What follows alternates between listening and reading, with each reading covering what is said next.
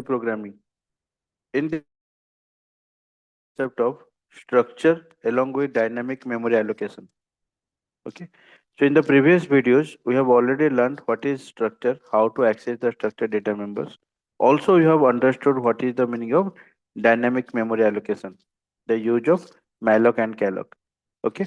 So how we can combine the concept of dynamic memory allocation in structure. So better, we will write down the example of the program so that we can understand it easily. So the question says that you have to define a employee structure having name, ID and salary, and you have to enter the details of n number of employees and display it using DMA. Okay. So before going to for n number of employees, let us understand the concept of how to take the input or define a employee for single one employee using dynamic memory allocation. Okay.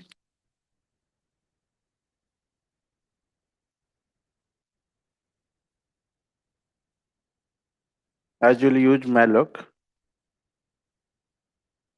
so you have to include the header file stdlib.h.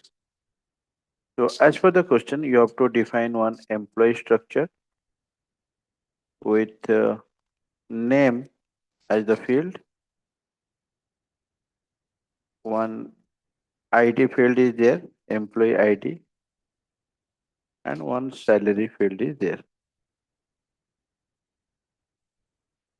Okay.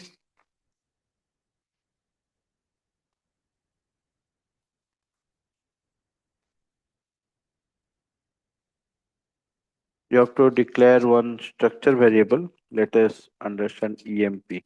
Okay. But as you will go for dynamic memory allocation, you have to go for the pointer variable. Now the pointer variable, you need to allocate memory. The syntax of dynamic memory allocation says that you have to write data type star. Here, what is the data type? Now the data type is struct employee. Okay. Then malloc. You have to allocate memory. How much? Now whatever may be the data type size. So the data type size is struct employee. Okay. So whatever may be the size of struct employee, that much memory will be allocated to EMP. Okay. You have to enter the name.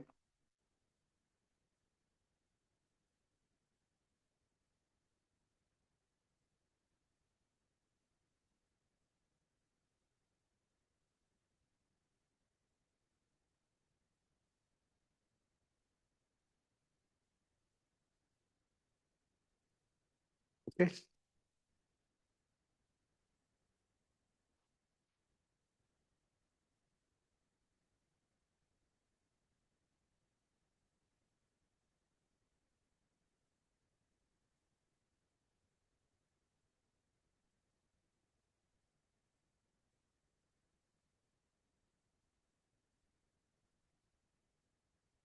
Run.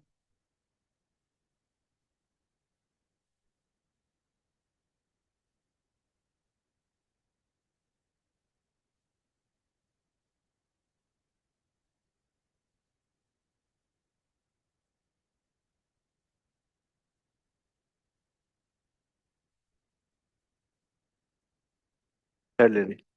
Okay. This is how we'll take the input by using dynamic memory allocation. Next is what? You have to print the details of the employee.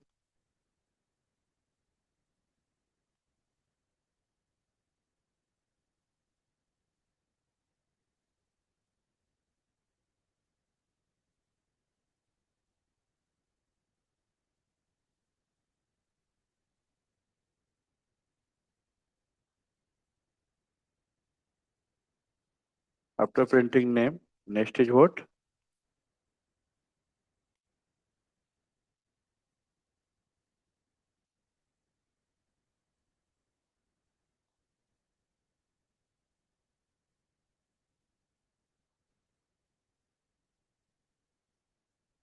And finally, you have to print the employee salary.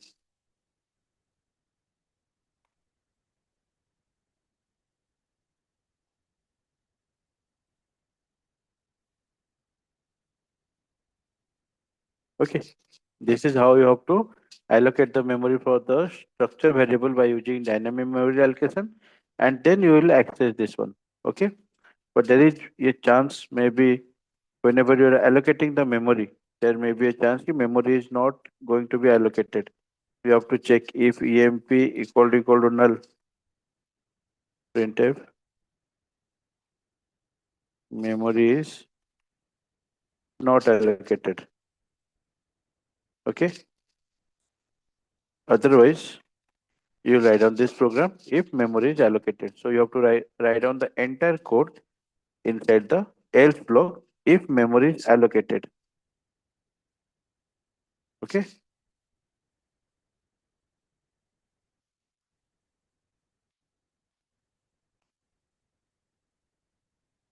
let us assume whether we can able to assign the value to one employee or not. It is asking for the input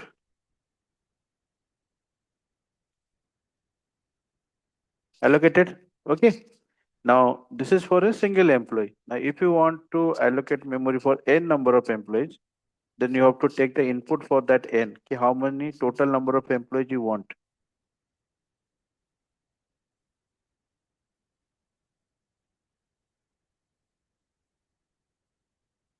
You are asking the user whatever the value you will take input. According the memory will be allocated. How? You have to write n into size of struct employee. So size of struct employee means only one employee into you want the number will be multiplied and that much memory will be allocated to you. Okay. So here what we need to do, you have to take the input by using loop.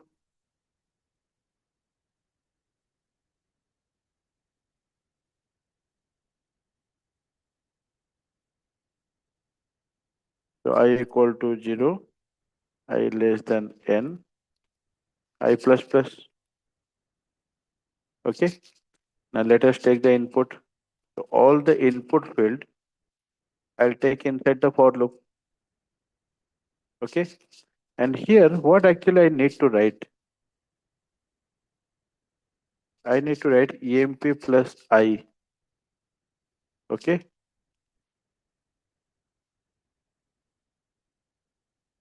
In place of emp, I have to write emp plus I. That's all.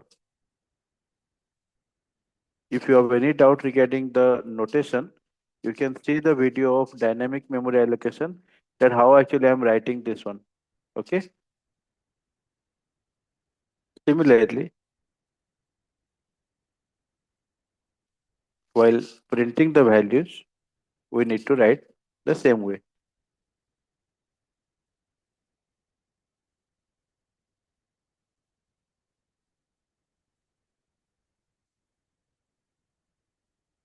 Details of employee, let us keep it outside.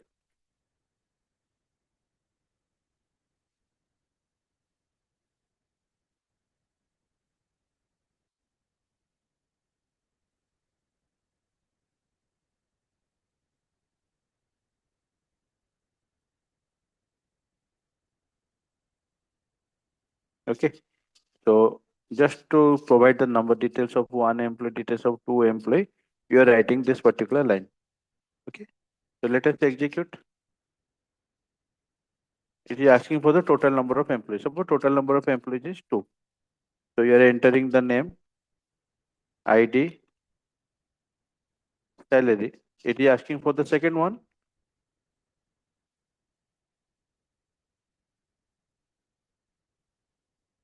See, details of one employee is this one. Details of the second employee is this one. Clear? So now the memory is not allocated with fixed static memory allocation. The memory is allocated by using dynamic memory allocation through malloc. Okay. And not for a single employee, you can take the input how many total number of employees. Accordingly, the memory will be allocated. Okay. So this is a very interesting concept and which is useful for the entire lifetime, that whenever you use dynamic memory allocation, you have to allocate the memory as per the requirement of the user. Okay. So I'll suggest you rewrite some more programs of the previous videos by using dynamic memory allocation. Okay, so thank you everyone for watching this video.